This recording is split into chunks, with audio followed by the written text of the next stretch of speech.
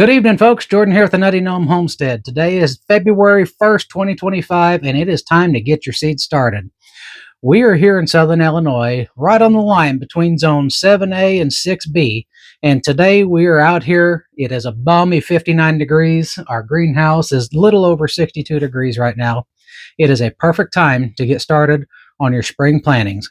Guys, it really is this simple. Today, we are going to get started planting 4 or 5 different plants. We are going to go ahead and get these in the ground. We're going to get them in some soil. Some of them we're just going to go ahead and direct seed. So we're going to bring you guys in close, and we're going to show you how we get this done in preparation for our spring planting. Now, as I said earlier, one of the most asked questions that I get is, what plants do I start and when do I start them? Guys, like I said, we're about 10 weeks out from our last frost date. Today we're going to start cabbage, broccoli, lettuce. We're also going to get some peas in the ground. We're going to get our first round of peppers put in. And I believe we're also going to get some herbs and onions put in as well, if I have the time. I'm running out of light. We got about 45 minutes of daylight left. So I'm going to see what I can get done. Now, I went on ahead and I got a couple seed trays prepared. And this is going to make the whole process kind of work as an assembly line. One of the things we're going to get started today is we're going to get some sugar peas, snap peas going. We're going to get some broccoli and cauliflower going. I'm going to get some cabbage going. I got some Earliana here. And I also have one of my favorite, an OS Cross. It's a hybrid. It does very well. Around here, we get about 30-pound heads of cabbage. And guys, they're absolutely delicious. And if I have the time, I'm going to go ahead and get my peppers in the ground today too, or in the soil today too. Peppers take a long time to get going. Even if we put them on a heat mat, they can take almost 2 weeks to get started. Now, first things first, we're going to get our cabbage going. We do like to plant all of our cold crops first. They can handle the cold and they can go out first. We will get these actually put out under row covers here in the next couple of weeks after they get established. A lot of your cold crop seeds are going to be pretty small. If I can get them to focus like this, your cabbage and broccoli and whatnot, they're all going to be pretty small seeds about like this. We like to plant 2 to each one of these cells. This is a 10 by 20 tray with 12 6-cell containers in here. We're going to put 2 into each one of these little pots.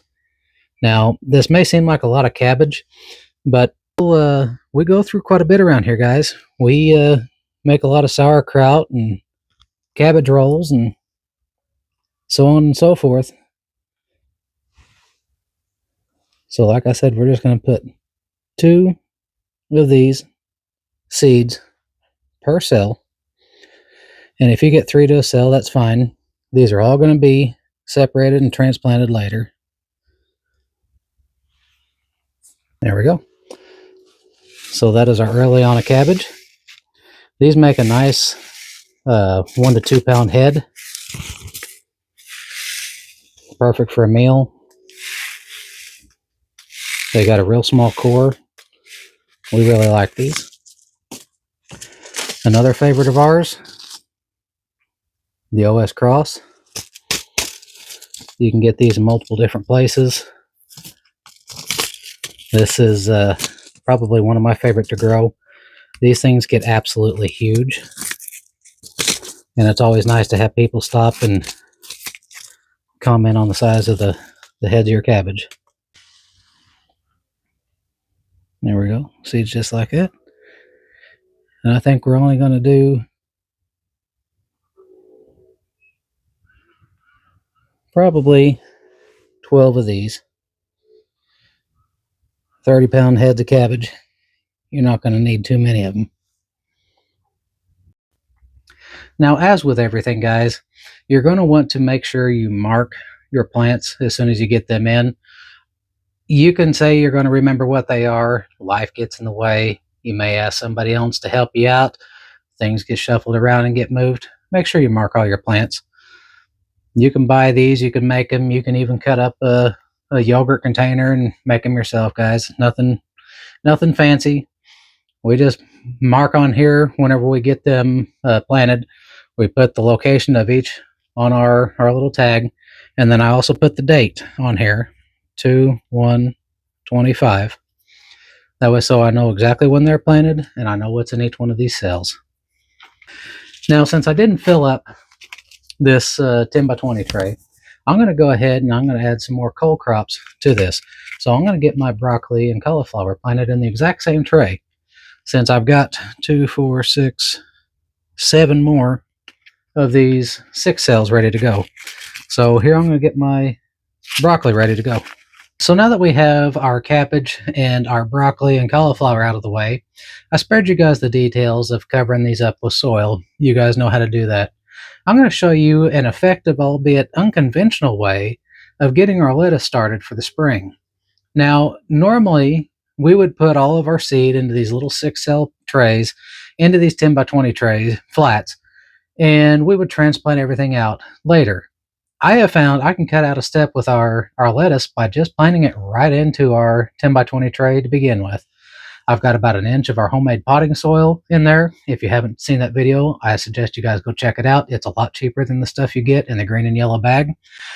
We put about an inch of our homemade quality potting soil here, guys. This is really good stuff, and it's great for starting seeds. So what I have here is I have thousands of lettuce seeds saved over from this past year. This is our German lettuce that we really like. It produces very well for us. It's slow to bolt, and it survives the cold very, very well. What I'm going to do is I'm just going to take a pinch of this, and I'm going to sprinkle it right on top. It doesn't have to be pretty, guys. You're going to get some of the chaff in there, and that's okay.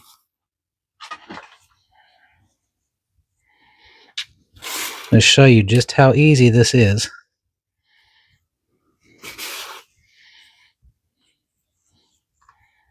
Once this gets sprouted, we will transplant it all, and it will go right into one of our low tunnels in the big garden. And there you have it. We've got our lettuce seed mixed with the chaff here on top. I'm going to add a little bit of potting soil over top of it, a nice thin layer. And I've already gotten most of my seeds planted for today. Okay, so in the process of getting all this planted, it only took us about 10 minutes total, guys. Through the editing, you guys aren't going to be able to see all that.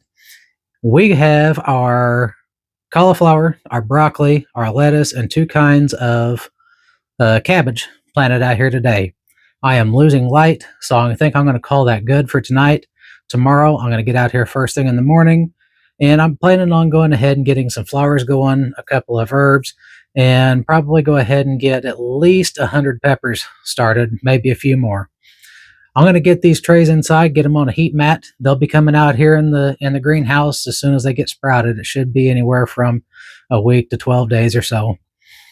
They're going to stay out here in the greenhouse, even if it does start to dip down a little chilly at night. We'll just cover them with a piece of Agribon or put a piece of plastic over them, and they're going to be good. That's the nice thing about getting these cole crops started. If you guys don't have a greenhouse, you can make yourself a cold frame. It'll do the same thing. You can make a low tunnel. Guys, anything that you can do to extend the growing season is going to make a huge difference. Every layer of protection you can provide on that plant, you're going to move approximately 1 grow zone. So that's huge, especially this early in the year. We can be growing food to help offset our food bill in the house. If you have any questions or comments about getting your seed started this year, whether you're in zone 6A, 6B, 7A, guys, go ahead and hit us up. Holler at us down below or contact us over on Nutty Gnome Homestead. I have lived all across this country. I have grown a garden all across this country. I even grew a garden on a balcony. Guys, it can be done. So get out there, get your fingers dirty, and try to help offset your food bill. Until next time, y'all stay safe.